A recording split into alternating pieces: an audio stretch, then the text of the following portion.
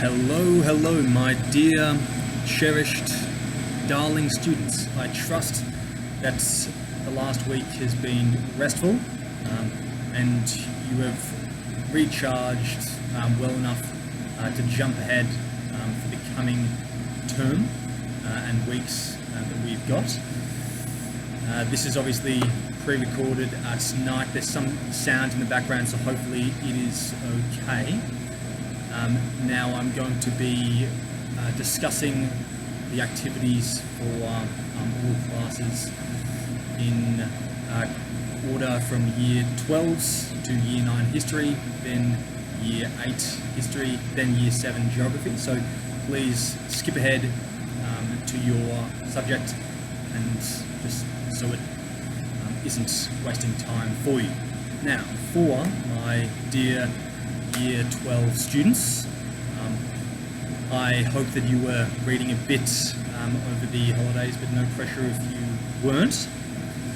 Now, so this week, please focus on finishing the book, and in the coming days, I'll post on here the essay questions, so afterwards we can then jump to the next unit's work. It will be on one of the themes that we've been exploring throughout Frankenstein, something to do with parenting, responsibility, the dangers of science, morality. So when you are reading through this week and finishing it off, please keep in mind any quotes that you think might be connecting or connected to some of those things. It'll just be a lot easier when you are writing to have these citations so you can put in, rather than having to look it up again and again, saying, okay, I'll need this part, so I'll spend 5 minutes scouring through.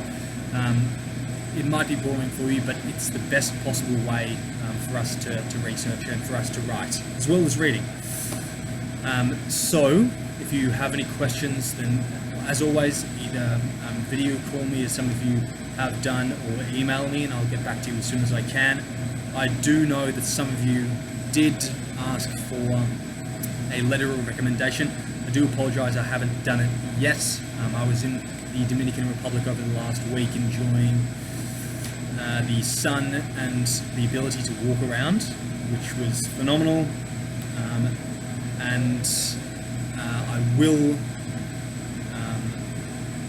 finish the letters of recommendation as soon as I can. So please email me if you do need one, and I will send you a glowing report. If you have, of course, been keeping up to date, but most of you have been great. Now, for world history, for the next 2 days, you will be creating a PowerPoint presentation regarding the Arab Empire. So the Arab Empire, which is what Muhammad had created essentially with the Caliphate, how Islam spread across the regions that we now know as the Middle East. So please focus on one of the topics. Focus on either Muhammad's death and the aftermath that followed. So what happened? Sometimes religions die out when their leader dies out, or other figures came into power. Or you could talk about Abu Bakr and his significance in Islam and why he was such an important figure in its history. You can also talk about number 3, the split in Islam. So rather than just one street, there's now 4. It's Sunni and Shia, which occupy the 2 main strands in Islam in modern times. So talk about their differences and how the different parts of their religion treated each other. Were they peaceful towards one another? Were they bloody? Did they agree in this matter and not this matter, and so on? And number 4, you could talk about and create a presentation on the Umayyad conquests.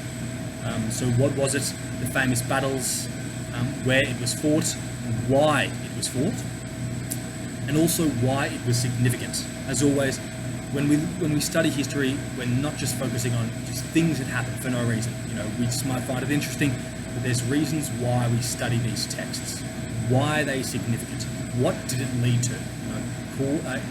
Continuity and change, cause and effects, and so on.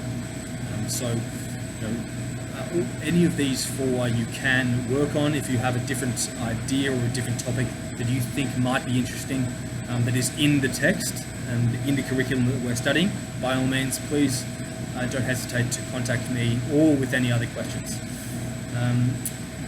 And lastly, please write about how these events in history affect the current day, as so many important figures and events so often and amazingly do. To think that figures 1500 years ago, 2000 years ago, still affects today's politics and religion and culture and society. So thank you very much, and I will hopefully speak to you sooner rather than later. Now, US history students, my dear students,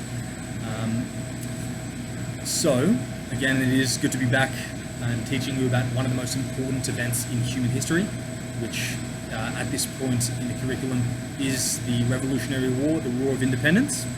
And now we all know that events happen. There are many reasons why wars start. It could be regarding religion or class, as in upper, middle, lower class. It could be about the Enlightenment and the different ideas that were being thrown around at that time. It could be about tax or race and racism and several other more aspects. What I want you to do over the next 2 days is to write a speech as if you were one of the leading figures in the War of Independence.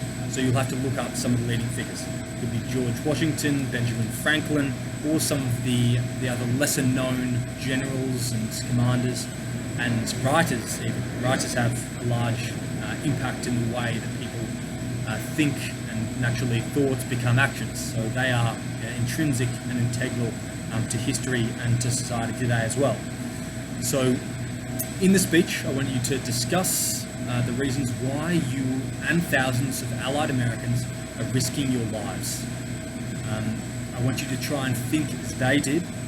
So you'll have to look up the letters and speeches that they made, and try and write the way that they would write and speak. I've attached a speech of note, so you can look at that as well as others, and just try to be imaginative, but think the way how you would how you would feel if you were in their position. That's one of the important aspects of learning history. Try to put yourself in their position. How were they courageous? Were they courageous? Were they violent? Were they pacifistic? Why were they all of these, or any of these things? And I've given an example as well, just for you to start. So remember, this is a 2-day exercise. So please, this will be due on Tuesday afternoon. Thank you very much, and I look forward to reading some of your speeches. I do know that all of you can create some excellent pieces. So thank you very much.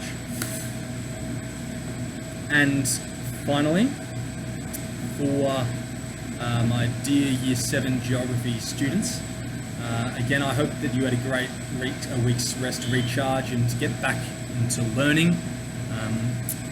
Now, as geography includes changes in history and culture in different areas in the world, rather than just say weather and different parts of the world, it's incredibly important to see the differences in Latin America over time. Is Latin America the same that it was 50 years ago?